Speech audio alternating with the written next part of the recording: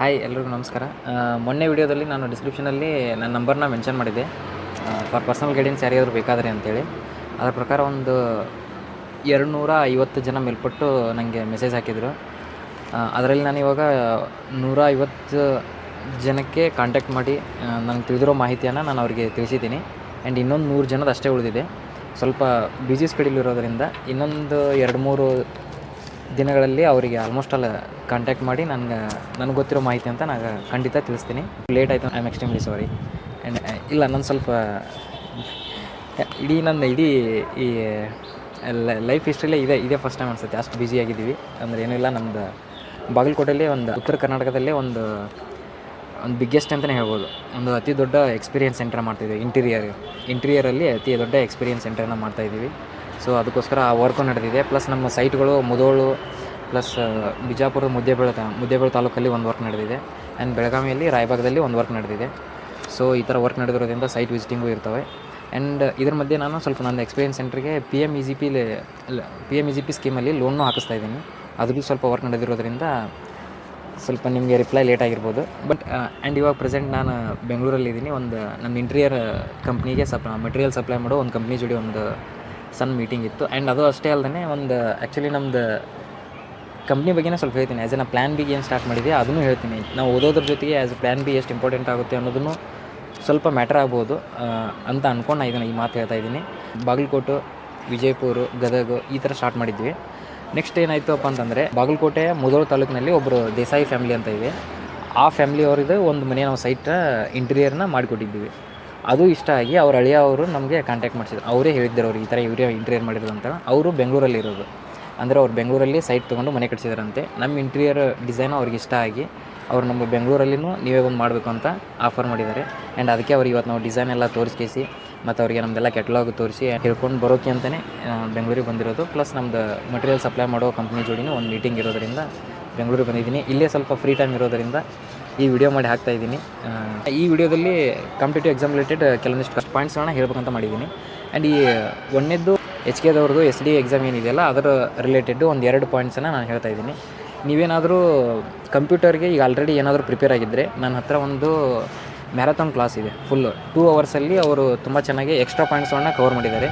ನೀವೇನಿಲ್ಲ, ಒಂದು ಸರಿ ಆ ವಿಡಿಯೋನ ನೋಡಿ ಹೊಳ್ಳಿ ಮತ್ತೊಂದು ಸರಿ ಅದನ್ನು ರಿವಿಷನ್ ಮಾಡಿ 2x ಸ್ಪೀಡಲ್ಲಿಟ್ಟು ಕೇಳ್ಬೋದು. ಅದು ನಿಮಗೆ ಹೆಲ್ಪ್ ಆಗುತ್ತೆ ಅಂತ ನನ್ನ ಅಭಿಪ್ರಾಯ. ಐ ಥಿಂಕ್ 10 to 15 ಮಾರ್ಕ್ಸ್ ಬರ್ಬೋದು. ಆ್ಯಂಡ್ ಅದರಲ್ಲಿರೋ ಕಂಟೆಂಟ್ ಆ ಥರ ಇದೆ. ಸೊ ಅದಕ್ಕೋಸ್ಕರ ನಾನು ಕೆಳಗೆ ಡಿಸ್ಕ್ರಿಪ್ಷನಲ್ಲಿ ಒಂದು ಟೆಲಿಗ್ರಾಮ್ ಚಾನಲ್ ಇದೆ. ಆ ಟೆಲಿಗ್ರಾಮ್ ಚಾನಲಲ್ಲಿ ಈ ವಿಡಿಯೋ ಇದೆ, ನೀವು ಆ ವಿಡಿಯೋನ ನೋಡ್ಬೋದು. ಆ್ಯಂಡ್ ಇನ್ನೊಂದು, ಕರೆಂಟ್ ಅಫೇರ್ಸ್ಗೆ ನೀವು ಇಷ್ಟು ದಿನ ಯಾವ ಮ್ಯಾಗ್ಝಿನ್ ಓದಿದ್ರೋ ನಂಗೆ ಗೊತ್ತಿಲ್ಲ. ಬಟ್ ಅದೇ ಮ್ಯಾಗ್ಝಿನನ್ನು ಏನು ಮಾಡಿ, ಈ ಫೆಬ್ರವರಿಯಲ್ಲಿ ನಿಮ್ಮ ಎಕ್ಸಾಮ್ ಇರೋದರಿಂದ ಜನವರಿ ಮತ್ತು ಡಿಸೆಂಬರ್ ಈ 2 ತಿಂಗಳನ್ನು ಇನ್ನೂ 2 ಸಾರಿ ರಿವಿಷನ್ ಮಾಡಿದರೂ ನಿಮಗೆ ಅಡ್ವಾಂಟೇಜ್ ಆಗುತ್ತೆ ಅಂತ ನಾನು ಹೇಳ್ಬೋದು. ಯಾಕಂದರೆ ಹಿಂದಿನ ಪ್ರೀವಿಯಸ್ ಇಯರ್ ಕ್ವಶನ್ ಪೇಪರ್ಗಳಲ್ಲಿ ಆ ಹಿಂದಿನ 2 ತಿಂಗಳದ್ದೇ ಜಾಸ್ತಿ ಕರೆಂಟ್ ಅಫೇರ್ಸ್ ಬಂದಿರೋದ್ರಿಂದ ನೀವು ಜನವರಿ ಮತ್ತು ಡಿಸೆಂಬರ್ ತಿಂಗಳಿನ ಕರೆಂಟ್ ಅಫೇರ್ಸ್ ಯಾವ ಮ್ಯಾಗ್ಝಿನ್ ಓದಿದ್ರೋ ಅದನ್ನೇ ಕರೆಂಟ್ ಅಫೇರ್ಸನ್ನು ನೀವೇನು ಮಾಡಿ ಇನ್ನೊಂದು ಸಾರಿ ರಿವಿಷನ್ ಮಾಡ್ಕೊಂಡು ಹೋಗಿ. ಒಂದು ವೇಳೆ ನೀವು ಇದುವರೆಗೂ ಯಾವುದೇ ಮ್ಯಾಗ್ಝಿನ್ ರೆಫರ್ ಮಾಡಿಲ್ಲ ಅಂತಂದರೆ ಕರೆಂಟ್ ಅಫೇರ್ಸ್ ರಿಲೇಟೆಡ್ ಒಂದು ಟೆಲಿಗ್ರಾಮ್ ಲಿಂಕ್ ಇದೆ. ಅದರಲ್ಲಿ ಡಿಸೆಂಬರು ಮತ್ತು ಜನವರಿದು ಏನೇನು ಇನ್ಫಾರ್ಮೇಷನ್ ಇದೆಯೋ ಅದನ್ನೊಂದು ಸಾರಿ ನೋಡ್ಕೊಂಡು ಹೋಗಿ. ಒಂದೇ ಸಾರಿ ನೋಡಿಬಿಡಿ, ನೆನ್ಪುಳಿಯಲ್ಲ. ಒಂದು ಸಾರಿ ನೋಡಿಂದ ಅದನ್ನೇ ಹೊಳೆ ಏನು ಮಾಡಿ ಇನ್ನೊಂದು ಸಾರಿ ರಿವಿಷನ್ ಮಾಡ್ಕೊಂಡು ಹೋಗಿ. ಕರೆಂಟ್ ಅಫೇರ್ಸ್ಗೆ ಇಷ್ಟು ಏನಪ್ಪ. ಬಟ್ ಹಿಂದಿನ ಈ 2 ತಿಂಗಳು ಬಿಟ್ಟು ಹಿಂದಿನದು ಒಂದು ಸಾರಿ ರೀಡ್ ಆಗಿದ್ದರೆ ಬೆಟರ್. ಯಾವುದೇ ಥರ ಕ್ವಶನ್ಸ್ ಕೇಳಿದ್ರೂ ನಮ್ಗೆ ಹೆಲ್ಪ್ ಆಗ್ಬೋದು. HK SD ಎಕ್ಸಾಮ್ ಹೋಗ್ತಿರೋರು ಇನ್ನುಳಿದ ಸಬ್ಜೆಕ್ಟ್ಗಳಿಗಾಗಿ ನಿಮ್ಮ ನೋಟ್ಸೇ ನಿಮಗೆ ಮನೆ ದೇವರು. ನೋಟ್ಸ್ ಇನ್ನೂ ಏನಾದರೂ ನಿಮ್ಗೆ ಇನ್ನೊಂದು ಸಾರಿ ರಿವಿಷನ್ ಮಾಡೋಕ್ಕೆ ಸಮಯ ಸಿಕ್ಕರೆ ದಯವಿಟ್ಟು ಇನ್ನೊಂದು ಸಾರಿ ರಿವಿಷನ್ ಮಾಡಿ. ಬೇರೆ ಥರ ನೋಟ್ಸ್ಗಳಿಗೆ ಬೇರೆ ಥರ ವಿಡಿಯೋಗಳನ್ನು ನೋಡೋಕ್ಕೆ ಹೋಗ್ಬಿಡಿ. ನಿಮ್ಮ ನೋಟ್ಸನ್ನೇ ಇನ್ನೊಂದು ಸಾರಿ ರಿವಿಷನ್ ಮಾಡಿ. ಅದೇ ನಿಮಗೆ ಎಕ್ಸಾಮ್ನಲ್ಲಿ ಹೆಲ್ಪ್ ಆಗೋದು. 2ನೇ ಪಾಯಿಂಟ್ ಏನಪ್ಪ ಅಂತಂದರೆ, ಈಗ ಎಷ್ಟೋ ಜನ ನಂಗೆ ಕಾಲ್ ಮಾಡಿರೋರಿಗೆ ನಾನು ಆಲ್ರೆಡಿ ಬುಕ್ ಲಿಸ್ಟನ್ನು ಹೇಳಿದ್ದೀನಿ ಕನ್ನಡ ಮೀಡಿಯಮ್ದಲ್ಲಿ. ಯಾಕಂದರೆ ನಾನು ಹಿಂದಿನ ವೀಡಿಯೋದಲ್ಲಿ ಹೇಳಿರೋದು ನಾನು ಯಾವ ಬುಕ್ಸ್ಗಳನ್ನು ಓದಿದ್ದೆ ಅನ್ನೋದನ್ನು ಮಾತ್ರ ಹೇಳಿದ್ದೀನಿ. ಎಷ್ಟೋ ಜನ ಕನ್ನಡ ಮೀಡಿಯಮ್ ಇರೋದರಿಂದ ಕನ್ನಡ ಮೀಡಿಯಮಲ್ಲಿ ಒಳ್ಳೆ ಬುಕ್ಸ್ಗಳು ಯಾವ ಸಿಗ್ತಾ ಇದ್ದಾವೆ ಅನ್ನೋದನ್ನು HK FDAದಲ್ಲಿ ಯಾರು ಟಾಪ್ 20 ಇದ್ದಾರಲ್ಲ ಅವರಲ್ಲಿ ಕೆಲವೊಂದಿಷ್ಟು ಆಸ್ಪಿರೆಂಟ್ಸ್ಗಳದ್ದು ನಂಬರ್ ಸಿಕ್ಕಿತ್ತು. ಕನ್ನಡ ಮೀಡಿಯಮ್ ಓದಿರೋರವ್ರನ್ನೇ ಕಾಂಟ್ಯಾಕ್ಟ್ ಮಾಡಿ ಅವ್ರ ಕಡೆಯಿಂದನೂ ಬುಕ್ ಮಟೀರಿಯಲ್ಸನ್ನು ಯಾವ್ಯಾವ್ದು ಓದಿದ್ರು ಅನ್ನೋದನ್ನು ಕಲೆಕ್ಟ್ ಮಾಡಿ. ಕಾಲ್ ಮಾಡಿರೋರಿಗೆ ಆಲ್ರೆಡಿ ನಾನು ಇವಾಗ ಈ ಬುಕ್ ಲಿಸ್ಟನ್ನು ಹೇಳಿದ್ದೀನಿ. ಈಗ ಜನರಲ್ಲಾಗಿ ಎಲ್ರಿಗೂ ಹೇಳಬೇಕು ಅಂತಂದರೆ, ನಾನು ಯಾವ್ಯಾವ ಸಬ್ಜೆಕ್ಟಿಗೆ ಯಾವ್ಯಾವ ಆಥರ್ ಬುಕ್ಸ್ಗಳನ್ನು ಓದಬೇಕು, ಒಂದು ವೇಳೆ ಯೂಟ್ಯೂಬಲ್ಲಿ ಏನಾದರೂ ಆ ಸಬ್ಜೆಕ್ಟಿಗೆ ರಿಲೇಟೆಡ್ ಏನಾದರೂ ಫ್ರೀ ಕ್ಲಾಸಸ್ ಇದ್ದರೆ ಅವುಗಳ ಪ್ಲೇಲಿಸ್ಟನ್ನು ಕೂಡ ನಾನು ಏನು ಮಾಡಿದ್ದೀನಿ ಡಿಸ್ಕ್ರಿಪ್ಷನಲ್ಲಿರೋ ಟೆಲಿಗ್ರಾಮ್ ಚಾನಲಲ್ಲಿ ಆಲ್ರೆಡಿ ಪ್ರೊವೈಡ್ ಮಾಡಿದ್ದೀನಿ. ನೀವು ಅಲ್ಲಿ ಹೋಗಿ ನೋಡ್ಬೋದು. ಆ್ಯಂಡ್ ಕೇವಲ HKSD ಎಕ್ಸಾಮ್ ಅಷ್ಟೇ ಅಲ್ಲದೆ ಇದು ಎಲ್ರಿಗೂ ಅನ್ವಯ ಆಗೋದು. ಈ ಮುಂದೆ ಬರೋ ಯಾವುದೇ ನೋಟಿಫಿಕೇಷನ್ಗೆ ನೀವೇನಾದರೂ ಓದ್ಕೊಳ್ಳೋರಾಗಿದ್ದರೆ ಈ ಡಿಸ್ಕ್ರಿಪ್ಷನಲ್ಲಿ ಟೆಲಿಗ್ರಾಮ್ ಲಿಂಕ್ ಏನು ಕೊಟ್ಟಿದ್ದೀನಲ್ಲ, ಅದರಲ್ಲಿ ಇರೋ ಆಥರ್ಸ್ ಬುಕ್ಸ್ಗಳನ್ನ ನೀವೇನಾದರೂ ತೊಗೊಂಡು ಓದೋದಾದರೆ, ಇವಾಗ ಈ ಬುಕ್ಸ್ಗಳನ್ನ ಯಾವ ರೀತಿ ಓದಬೇಕು ಅನ್ನೋದು, ಪ್ರೆಸೆಂಟ್ AI ಚಾಟ್ GPT ಮತ್ತು ಜೆಮಿನೈಗಳನ್ನು ಯೂಸ್ ಮಾಡ್ಕೊಳ್ಳೋದ್ರಿಂದ ನಾವು ಎಕ್ಸಾಮ್ ಕ್ಲಿಯರ್ ಮಾಡೋಕ್ಕೆ ಸ್ವಲ್ಪ ಹೆಲ್ಪ್ ಆಗುತ್ತೆ ಅಂತಲೇ ಅನ್ಬೋದು. ಹಿಸ್ಟ್ರಿ ಸಬ್ಜೆಕ್ಟ್ ಇದೆಯಾ, ಆ ಹಿಸ್ಟ್ರಿ ಸಬ್ಜೆಕ್ಟಲ್ಲಿ ಕಲ್ಯಾಣ ಚಾಲುಕ್ಯರು ಎಂಬ ಪಾಠವನ್ನು ಏನು ಮಾಡಿದ್ದೀರಾ, ಓದ್ಕೊಂಡಿದ್ದೀರಾ. ಅದ್ರ ಮೇಲೆ ಹಿಂದೆ ಇಡೀ ಈ ಆಲ್ ಓವರ್ ಇಂಡಿಯಾದಲ್ಲಿ ಎಷ್ಟು ಸ್ಟೇಟ್ಗಳಿದಾವೆ, ಆ ಸ್ಟೇಟ್ಗಳಲ್ಲಿ PSCಗಳಲ್ಲಿ ಯಾವ್ಯಾವ ಥರ ಎಕ್ಸಾಮ್ಸ್ ನಡೆದಿದ್ದಾರೆ ಆ್ಯಂಡ್ ಆ ಕಲ್ಯಾಣ ಚಾಲುಕ್ಯರ ಮೇಲೆ ಯಾವ್ಯಾವ ಥರ ಕ್ವಶನ್ಸ್ ಕೇಳಿದ್ದಾರೆ. ಆ್ಯಂಡ್ ಸೆಂಟ್ರಲ್ ಗೌರ್ಮೆಂಟ್ ಎಕ್ಸಾಮ್ಗಳದ್ದು SSC, UPSC, RRB ಈ ಥರ ಯಾವುದೇ ತರಹದ ಎಕ್ಸಾಮ್ಗಳಲ್ಲಿ ಪ್ರೀವಿಯಸ್ ಇಯರ್ ಕ್ವಶನ್ಸ್ ಏನೇನು ಕೇಳಿರ್ತಾರೆ ಮತ್ತು ಪ್ರೊಬ್ಯಾಬಲ್ ಕ್ವಶನ್ಸ್ ಏನಾಗ್ಬೋದು, ಈ ಥರ ರಿಲೇಟೆಡ್ಡು ನಾನು ಚಾಟ್ GPT ಮತ್ತು ಜೆಮಿನೈಗೆ ಒಂದು ಪ್ರಾಂಪ್ಟ್ ರೆಡಿ ಮಾಡಿದ್ದೀನಿ. ಆ ಪ್ರಾಂಪ್ಟನ್ನು ನೀವು ಜಸ್ಟ್ ಏನು ಮಾಡಿ ಪೇಸ್ಟ್ ಮಾಡಿ ಅದರಲ್ಲಿ ಏನು ಮಾಡಿ ಚಾಪ್ಟರ್ ನೇಮ್ ಹಾಕಬೇಕು. ಈಗ ನೀವು ಹೊಯ್ಸಳ ಪಾಠ ಮುಗಿಸಿದ್ರಂದರೆ ಅಲ್ಲಿ ಏನು ಮಾಡಿರಿ, chapter name Hoysala and subject ಹಾಕಿರಿ, ಅದಕ್ಕೆ ಹಿಸ್ಟ್ರಿ ಅಂತ ಹಾಕಿರಿ. ನಿಮ್ಗೆ ಯಾವ ಲ್ಯಾಂಗ್ವೇಜ್ ಬೇಕೋ ಅದರಲ್ಲಿ ಲ್ಯಾಂಗ್ವೇಜ್ನು ಕೇಳುತ್ತೆ. ಅದು ನಿಮ್ಗೆ ಕನ್ನಡ ಬೇಕೋ ಇಂಗ್ಲೀಷ್ ಬೇಕೋ ಅಂತಿರುತ್ತೆ. ನೀವು ಕನ್ನಡ ಬೇಕಾದರೆ ಕನ್ನಡ ಅಂತ ಟೈಪ್ ಮಾಡಿ ಜಸ್ಟ್ ಏನು ಮಾಡಿ ಪೇಸ್ಟ್ ಮಾಡಿ ಅದಕ್ಕೆ ಅಪ್ಲೋಡ್ ಮಾಡಿಬಿಡಿ.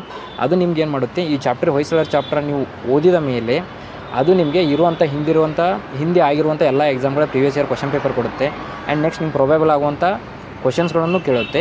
ಪ್ಲಸ್ ನಿಮ್ಗೆ ಯಾವುದಾದ್ರೂ ಕನ್ಫ್ಯೂಷನ್ ಆಗುವಂಥ ಟಾಪಿಕ್ ಇತ್ತಪ್ಪ ಅಂತಂದರೆ ಆ ಥರ ಟಾಪಿಕ್ಗಳನ್ನು ನಿಮ್ಗೆ ಏನು ಮಾಡುತ್ತೆ, ಅದು ನಿಮಗೆ ಮೆನ್ಷನ್ ಮಾಡುತ್ತೆ. ನಾನು ಆ ಥರ ಪ್ರಾಂಪ್ಟನ್ನು ರೆಡಿ ಮಾಡಿದ್ದೀನಿ.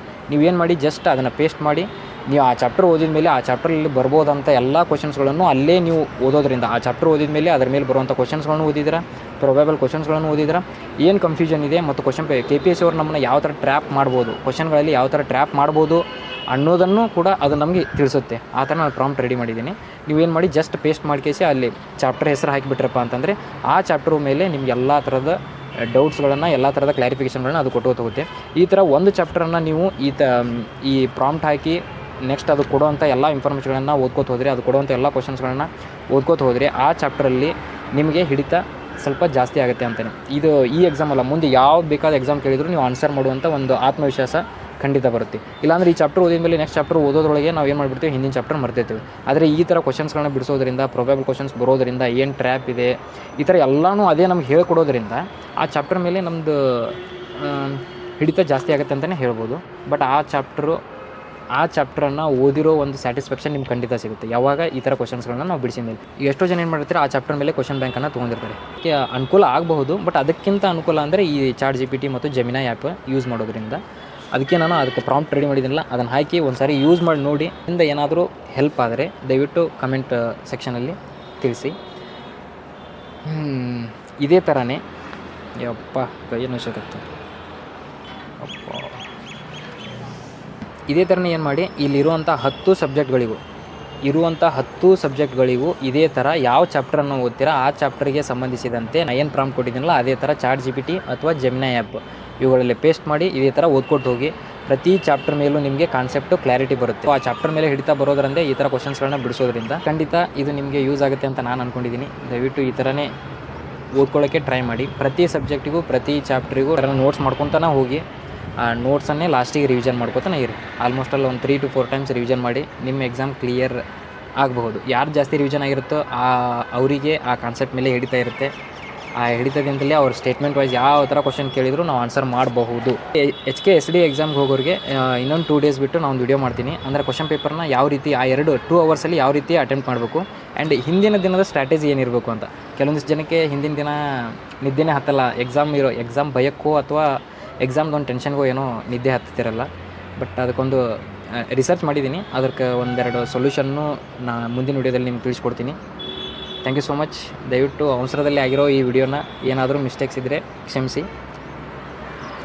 Thank you.